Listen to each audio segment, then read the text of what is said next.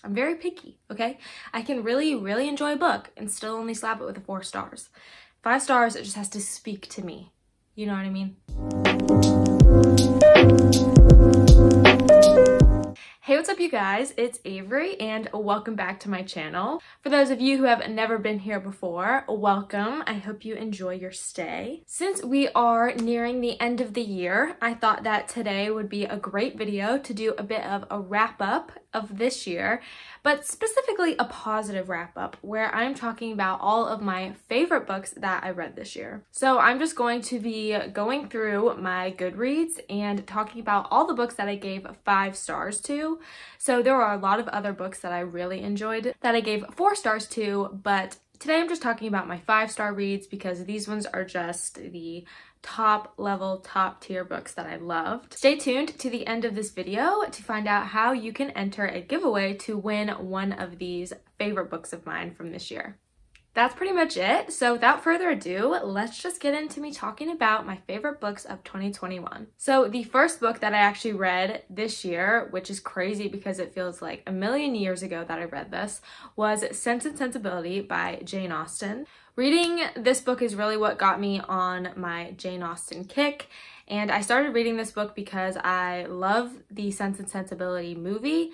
And so, you know what, if I love the movie, I'm sure I would love the book even more. So I decided to read the book and I was right. I loved it. It's amazing. This book follows Eleanor and Marianne Dashwood in the Regency area as they navigate life, love, society, and all of the expectations that are put on them at the time, as well as economic status and what that means in the social world and also in their life and how they're able to live on a small amount of means. And it's just a great book. It not only has lots of tea, lots of drama, lots of romance, but it also has a great sisterly bond, which I really love that about the book is, yes, there's lots of relationships in the book, but really when you finish the book, the biggest, most important relationship of the book is between the 2 sisters. And so I really loved that aspect of the book. It's just overall, it's a great read. The next 5-star book that I read this year was Strange the Dreamer by Laini Taylor. But I talked about this book on my channel multiple times because I love it. It is so good, so beautifully written, amazing characters, an amazing world. It's awesome. So this is like a YA fantasy book and it follows a boy named Laszlo Strange, and he has been obsessed with this lost city for the longest time, and he's even learned the language of this lost city. And one day these mythical warriors from the city show up in his world and they say that they have this problem that they need people to come help them with. So they're coming to gather experts, and he impresses them by knowing their language that they allow him to come with him, and he makes it to this lost mythical city that he has been obsessed with for the longest time. There he discovers a major problem that they're dealing with. There's also love in this book, and there is just so many great things. It's a great book. It's super interesting. It'll keep your attention the entire time. You will be very curious the entire time about what's going on in the city and with Laszlo. It's just great, okay? Read it. I will go ahead and say that I also gave the sequel, Muse of Nightmares, 5 stars because that one was just so good. I can't say much about that one because if you haven't read the first one, it'll be a bit of a spoiler. So I'll just say the series in general, the duology, gave them both 5 stars. Amazing. I've been having to scroll a lot to find these 5 stars. I don't give out my 5-star ratings very easily. The book has to be just perfect in every way for me to give it 5 stars. I'm very picky, okay? I can really, really enjoy a book and still only slap it with a 4 stars. 5 stars, it just has to speak to me. You know what I mean? The next book that I gave 5 stars was Chain of Iron by Cassandra Clare. I talked about this series pretty frequently. I talked about it in my last video about my anticipated releases because I am really looking forward to Chain of Thorns coming out next year. Chain of Iron is the second book in the Last Hours series, which if you have read the Infernal Devices series from Cassandra Clare, The Last Hours is all about those characters' children. So Will and Tessa and Gabriel and Sophie and all of those characters who got together at the end, it's about their children. And so it's set in Edwardian England. It's a great series. If you haven't read any Shadowhunters books, I wouldn't recommend starting with that series. If you haven't read The Last Hours yet, if you're just, haven't been inclined to read it, but you have read the other series, do it. It's good. It's amazing. It's awesome. The next book I read that I gave 5 stars this year was Pride and Prejudice by Jane Austen. And I've done a whole video talking about my thoughts on this book, which I'll link right here, but I love this book. I mean, it's Pride and Prejudice. I feel like everyone knows what it's about. Elizabeth Bennet, Mr. Darcy, there's pride, there's prejudice, they hate each other. Do they love each other also? Yes. The next book that I gave 5 stars to was Letters to a Young Poet by Rainier Maria Rilke. And this is a short little book. It's only comprised of about 10 or 12 letters, but they're from Rilke to a young man who is asking him many questions about life and about being a poet, being an artist. And it doesn't include both of their correspondence, it's just Rilke's responses to him, but he offers just a lot of great insight about being a creative person and about just life in general, about how to be happy and be fulfilled with what you're doing and not, searching for too much or taking too much of your self-worth from what other people think. And there's just a lot of great anecdotes about life. Plus it's pretty short, so it was just a nice little read that made me inspired, The next book that I read that I loved this year was The House in the Cerulean Sea by T.J. Klune. This book is pretty popular and for good reason. It's just so heartwarming. It really is. That's all it is. It's heartwarming and it's beautiful and we love it. In this book, there is a world where there are magical beings, and this book follows a social worker who specifically presides over children who are these magical beings. And his life is kind of boring, and he's pretty just by the book of what he's supposed to do, and he does it, and that's it.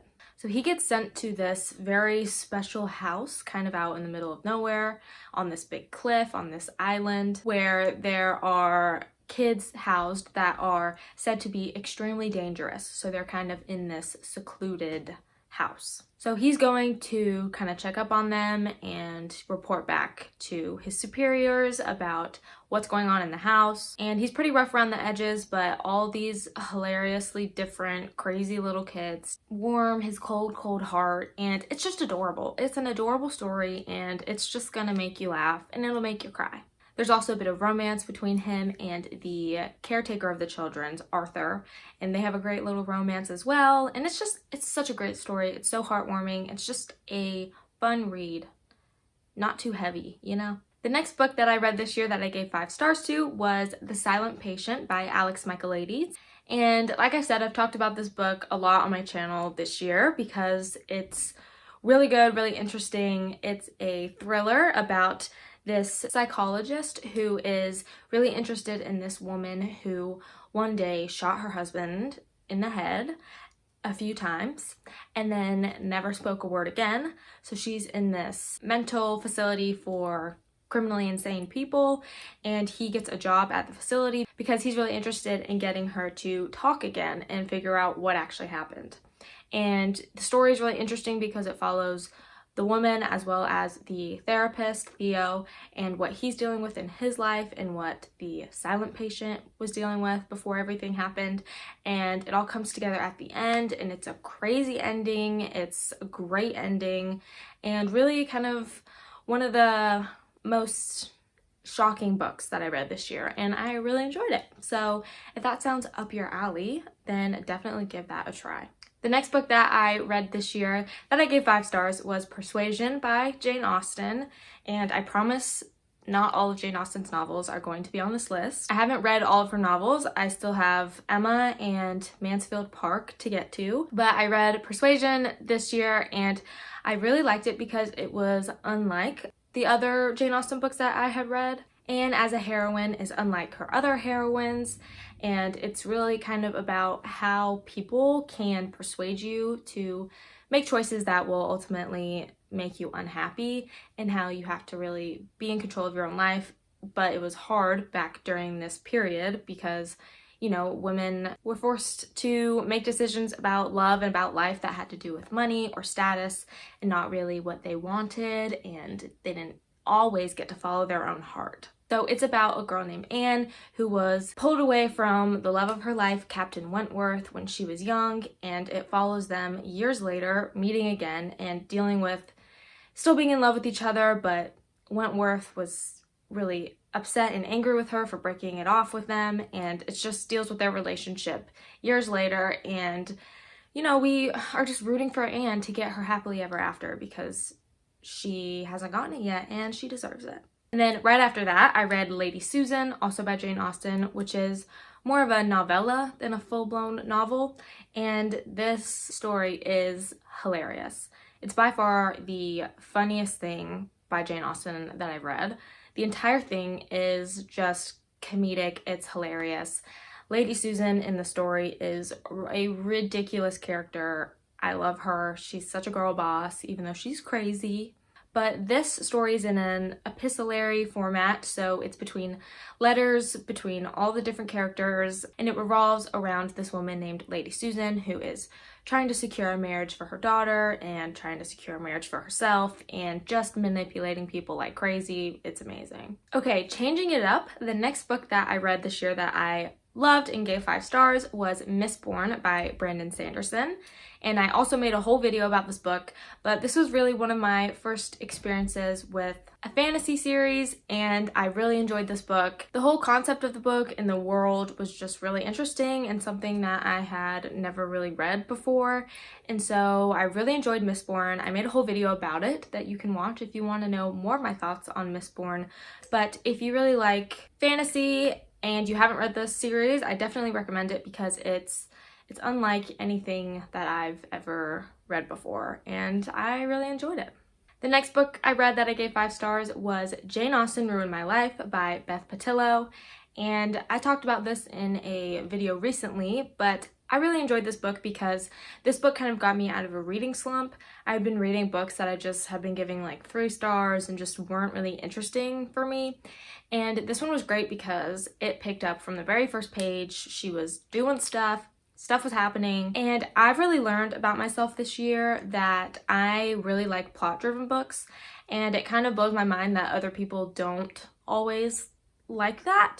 The fact that some people just like character-driven books where nothing actually really happens, but you are just learning a lot about the characters, that's just not my jam. Stuff has to be happening for me to be invested in a story. This book follows a woman who has recently found her husband cheating on her, so she's just not in a great place.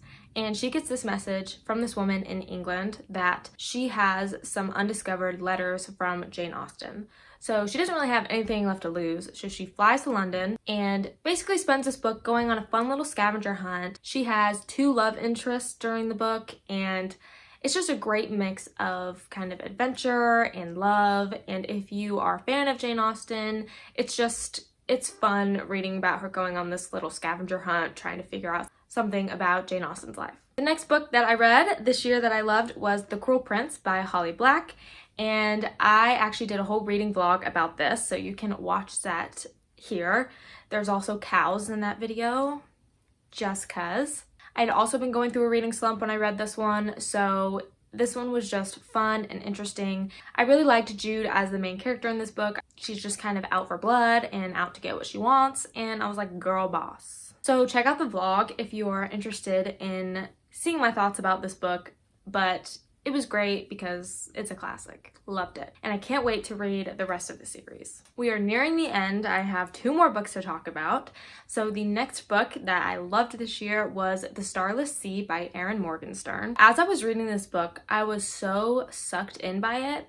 And I've read The Night Circus by her earlier this year as well, which I originally gave 5 stars, but it was when I was reading The Starless Sea that I went back and I revised that rating and gave The Night Circus 4 stars because I realized that The Starless Sea was I just loved it a lot more than The Night Circus. It's about a guy named Zachary who is a graduate student in college, and he is going through his school library one day and he finds this mysterious book that isn't really in the school system, but he's able to take it and check it out.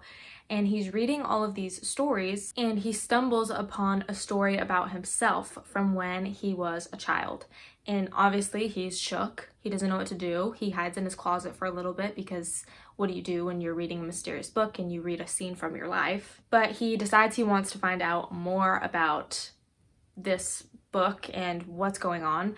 So it kind of sends him on a hunt for this place called the Starless Sea. He goes on a bit of an adventure and he's trying to figure out how to save some people. There's a great romance aspect of the book, as well as one thing I really liked about the book was that this is a book about stories, and throughout the chapters following Zachary, after each chapter with him, you have a story inserted through the book.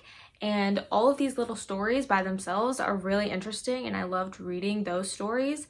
But then they start to come together and you have all of these different stories that intertwine at the end and you're just like, what? Mind blown. So I loved this book. Loved. I had to stop reading it at times because I just didn't want it to end. I was so invested in it that I was going to be sad when it was over, and it was great. I cannot recommend this book more. The last book I'm going to talk about in this video, and the last book that I read this year that I gave 5 stars, was The Last Oracle by James Rollins. And I don't know if you are familiar with any of his books, but this book is part of the Sigma Force series, and I believe this was actually book 5 in the series, but you don't really have to follow them in order. But the Sigma Force series is about this secret branch of the US government called the Sigma Force. They're basically ex-Navy SEALs and soldiers and stuff like that who also have expertise in some area of science. So either science or history or just some sort of very particular set of skills. And they go and investigate crazy phenomena that are happening in the world. And really, it's a lot like the Da Vinci Code type vibes, as well as National Treasure, where they're going on these quests to figure out what's going on in the world, and there's draws of history to it which are really interesting. So there's just so many different things happening simultaneously in this book. Different characters, between each chapter it'll jump to a different place where something's going on, and at the end it all ties together and you figure out kind of what's going on in the world. In Washington, D.C., a man dies in the arms of one of these Sigma Force members, and he's holding an ancient coin that dates back to the Oracle of Delphi. Over in Russia, we have these Russians who have learned how to bioengineer autistic children's brains in order to have them present these savant abilities, but to a crazy level that's kind of like a superhero type level of talent. A man wakes up in this underground facility and he doesn't know who he is anymore. His memories have been tampered with, but he has to escape with some of these children, and the Russians are sicking tigers after them and sending wolves after them to hunt them down. We have stuff happening at Chernobyl, and we have stuff happening with this clan of gypsies in India. Stuff is happening all over the place, but it all interconnects together, and the Sigma Force is trying to figure out, you know, before really bad stuff happens, how to fix this problem. I know I probably didn't do a great job of explaining it, but it's just a lot to explain, but it's not hard to follow. But it was really interesting. I read the whole thing in like 24 hours. It was just a real enticing read. It just sucked me in. And I'm currently reading The Judas Strain, which is I think number 4 in the series, so I'm kind of just going backwards. I think I'll eventually want to read more of them in the correct order. That was quite a few books that I just talked about, but those were all of my 5-star reads this year. I really enjoyed them all. If you've read any of these books, let me know in the comments and let me know what some of your 5-star reads were for this year. I also want to say that I am doing a giveaway, kind of end of the year giveaway. Basically, I'm going to be picking one person to receive a hardcover copy of any of the books that I mentioned here. It'll be up to you if you win the giveaway. So if you're interested in any of the books that I talked about, make sure to enter, and you could pick one of the books and I will send you a brand new hardcover of this book. So check in my description to see how to enter this giveaway. I thought since I loved these books so much this year that I should give them to one of you if you're interested in reading any of them. And like I said, they were all super great, so I recommend any of them. Thank you so much for watching. I hope that you had a great 2021 and 2022 is going to be better, okay? Manifest it. If you enjoyed this video, make sure to like and also subscribe if you want to see more videos from me. Don't forget to check out the description about how to enter the giveaway. Thank you again so much for watching, and I hope you guys have a happy new year. Bye.